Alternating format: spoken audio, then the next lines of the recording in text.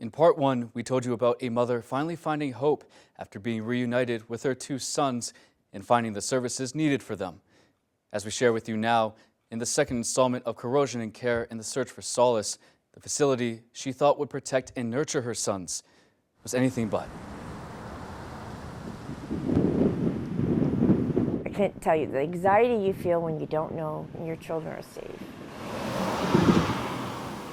In March of 2022, the Department of Health and Human Services says Adult Protective Services and law enforcement received a report of alleged abuse coming from inside Lee Residential Care, a social services program in Hamden providing residential group housing for disabled adults. Longsworth says she found out through a phone call from an assistant attorney general that her son, KR, was one of the two reported individuals abused by their caregivers. I feel like I should have known this or something. I just was not prepared for what I was going to hear. It was a pattern of abuse and harrowing behavior between 2019 and 2022 that court documents described as grotesque and pervasive. Court documents described one report during the Christmas season of 2021 when a direct service provider at Lee pressured KR to perform sexual activity on another victim for pizza. After a co-worker informed an administrative assistant in March of 2022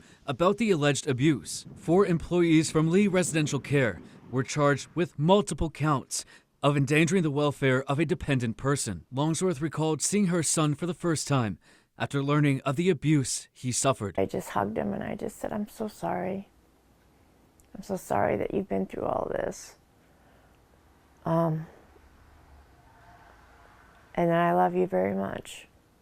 She says her and her son had a close relationship with Renee Dubois III, a direct service provider for KR. I actually called up Renee and I said, Renee, I need you to be honest with me. Did anything happen to my son?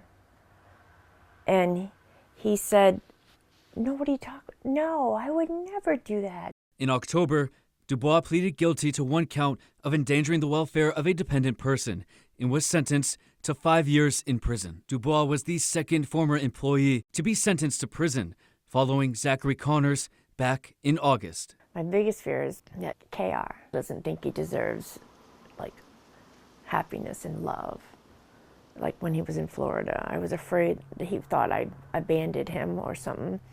But here, and thinking, okay, my mom put me here, and then all of a sudden all these guys, and just hoping inside he doesn't think that, that he deserved to be treated like that. I worry that he thinks that.